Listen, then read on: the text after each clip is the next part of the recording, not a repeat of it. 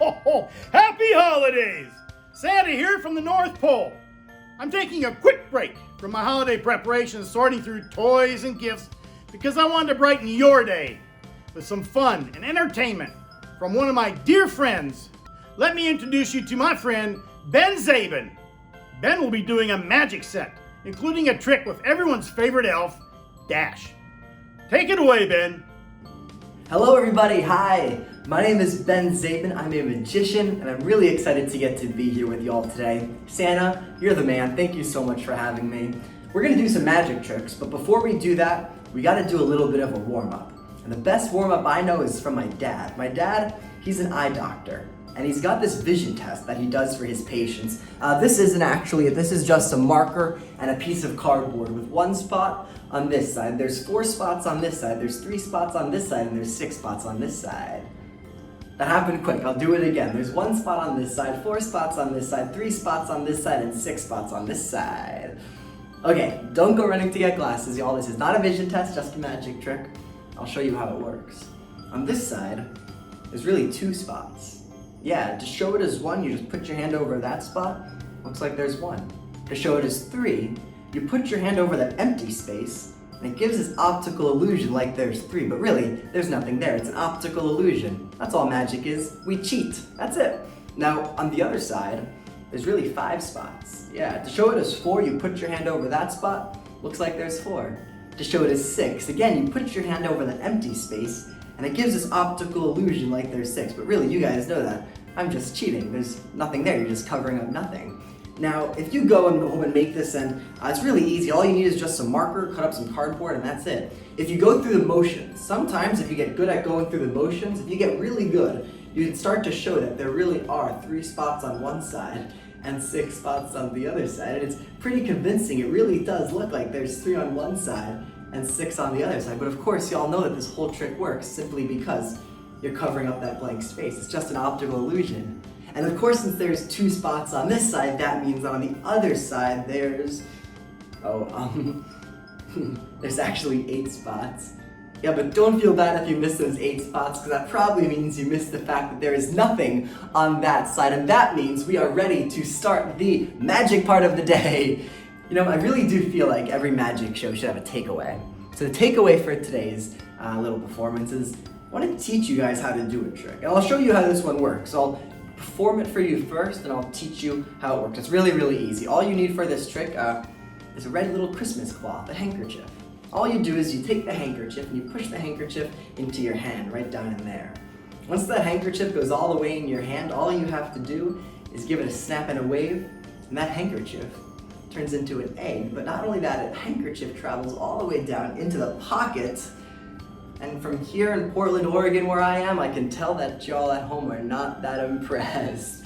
It's an easy trick, it's an easy trick. I used this fake plastic Easter egg with a hole in it and a second red handkerchief. Yeah, y'all, this magic stuff, not as hard as it looks. This is an Easter egg. I got it last April at CVS. I cut a hole in the back, and that's it. You also need 2 handkerchiefs, and before the trick, you put one of the handkerchiefs into your pocket.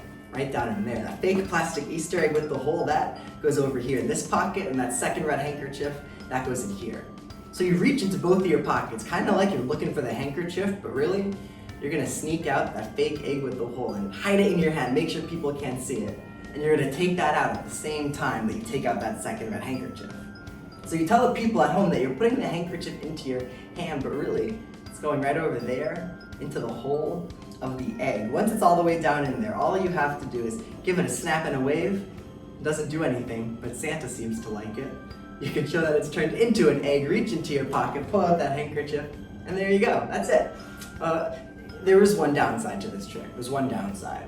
Sometimes if you move the egg around too much, people will see that hole in the back of the egg, and if they catch that hole, it kind of ruins the trick. But if anybody sees that little handkerchief poking out, all you have to do is give it a little bit of a wave and a rub, and that handkerchief completely disappears along with the hole. But if people still doubt that this is a real egg, all you have to do is grab a glass, and you can show that it is 100% real. Ooh, you know what? This egg means it's time to go into the kitchen because we're about to cook something. Come follow me. We're gonna go to my kitchen. It's all the way over here. Welcome to my kitchen. Oh, look at this. This is an elf on a shelf. You guys know Dash. This is Dash the elf. He's the Navy Exchange elf. And here's something that I just recently learned about elves and Santa.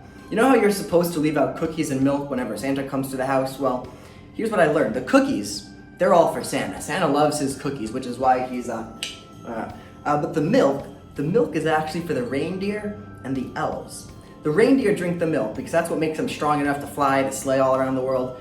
But the elves drink the milk because they need to keep strong to work all year building presents. Here's the thing about elves though. Of course they don't come to the house with Santa. It's just Santa and the reindeer that visit the houses. Which means that elves have this little secret power where they're able to drink the milk from anywhere in the world. Like Dash here, he lives at the Navy Exchange, but he'll still be able to drink the milk that you leave out for him. Let me demonstrate how this works. It's a little bit confusing, but bear with me. This is Dash's favorite milk. It's 2%. He's a skinny guy, so he could be drinking whole if he wanted to, but he likes 2%. He'll be able to drink this milk from all the way over there. He's got his little Christmas straw. So Dash is gonna be right here. He'll drink the milk. The milk will stay right here the whole time. Now, if you watch carefully, you'll kind of be able to see the milk slowly start to disappear from the glass as Dash is drinking it. Here we go. Ready, Dash? Starting 3, 2, 1. Take it away. And ooh, look at that. He is going. That milk, it's going down. He is almost halfway there. Dash, keep on going. He's a fast drinker. Oh my gosh. He's halfway there. Dash, take 3 more sips, and then we'll save the rest for later. 1, 2, 3. Ooh, all right. I'm cutting you off, big guy. You gotta drive. There we go. That's Dash's milk. So be sure, whatever you do, leave out extra milk this year for Santa, the reindeer, and the elves. Now, of course, Santa, he likes the cookies. Now, whenever I was growing up, my sister and I, every year, we would bake cookies. Cookies are always a blast to bake. But the worst part about baking cookies is having to wait for them while they're in the oven. I mean, you mix all the ingredients together and it's a lot of fun. You lick the beater, you lick the bowl, and then you gotta wait like an hour for the cookies to cook. So, as a magician, I figured out a way to make the whole process, the whole cooking process, way faster. Let me show you how. We're gonna make our own Christmas cookies. This will be the pot that we use, and we need the ingredients. This is where our egg's gonna come in. There you go, Dash, you can sit right there. Put a little bit of the egg in, just a smidge of it. Yeah, that's good. A little bit more. There we go, yeah, put the shell in there as well. We'll do a little bit, yeah, right over there. A little bit of the yolk, beautiful. Here we should probably take out the shell.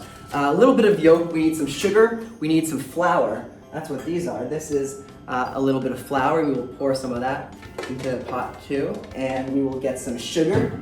Sugar is my favorite part. You always want to use extra sugar. That's what makes it sweet. We'll put that into the pot. Egg, sugar, flour, and that's it. Those are all our ingredients. Now, we do need to bake it. To bake it, we need some heat.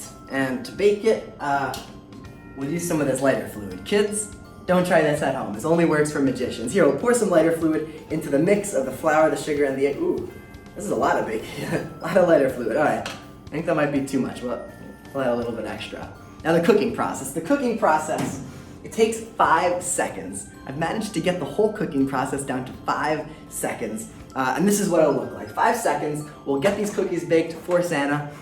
Don't try this at home. Here we go, 5 seconds to bake cookies from this mess of ingredients. Watch this. We'll light it up and check. Ooh, that's some fire. Here we go. 5, 4, 3, 2, 1. Check it out. Look at that. Those are Christmas cookies. That's how you do it quick. Look at these. We got red ones, we got green ones.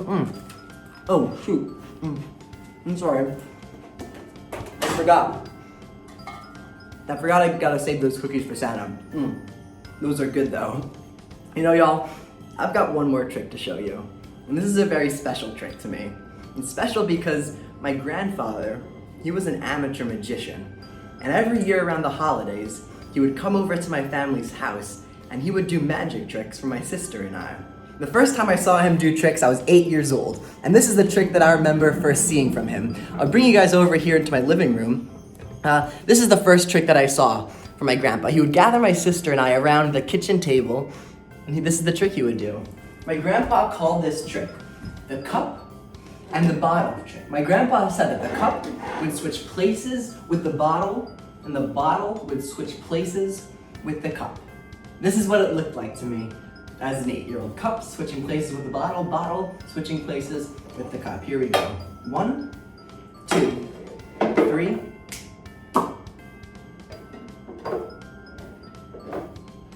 It worked. Now the hard part is making them switch back. I did it. Alright, you guys gotta realize that as an 8-year-old, this trick was pretty darn amazing. And I thought about the trick all year. So the next year my grandpa came back, I was 9 years old. I was a little bit smarter. I had it figured out. I said, Grandpa, they didn't actually switch places. So he smiled at me, he covered them up, gave it a snap, and just like magic, that glass managed to switch places with that bottle. It went back and forth, back and forth. It was unbelievable. And I thought about that trick all year. So the next year my grandpa came back, I was 10. I thought I had it figured out. I asked to see the trick again, and he did it. That glass managed to switch places with that bottle. It went back and forth. But I said, Grandpa, I know how you do the trick. He said, how? I said, you're using an extra bottle. And it turns out, I was right.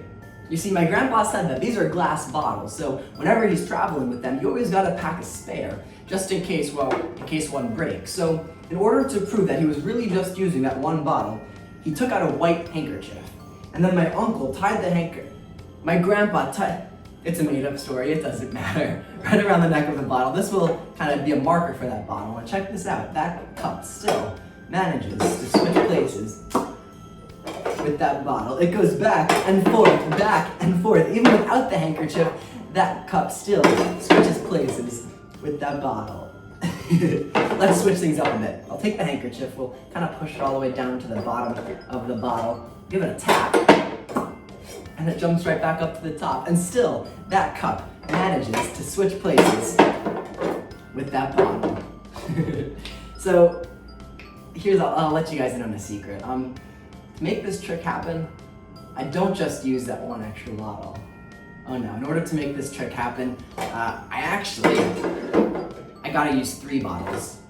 Yeah, not only do I have 3 bottles, but just to be safe, I keep a 4th bottle right over there. I keep a 5th bottle right over there. I keep a 6th bottle right there. I keep a 7th bottle right there. I keep an 8th bottle right there. And that is my cup and bottle trick. And y'all, that's my time. Thank you all so much for tuning in with us today.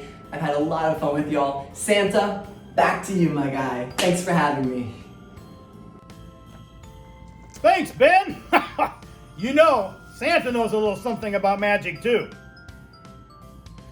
Well, thanks for joining me today. I hope you had fun because I know I did. And I'll see you very soon. Now be good, and remember, I like cookies. Happy holidays! Happy holidays!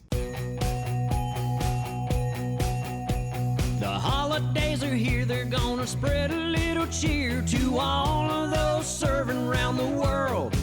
Whether you're a sailor or Marine or a serving family, let's celebrate with Dot and Dash. Let's celebrate with Dot and Dash.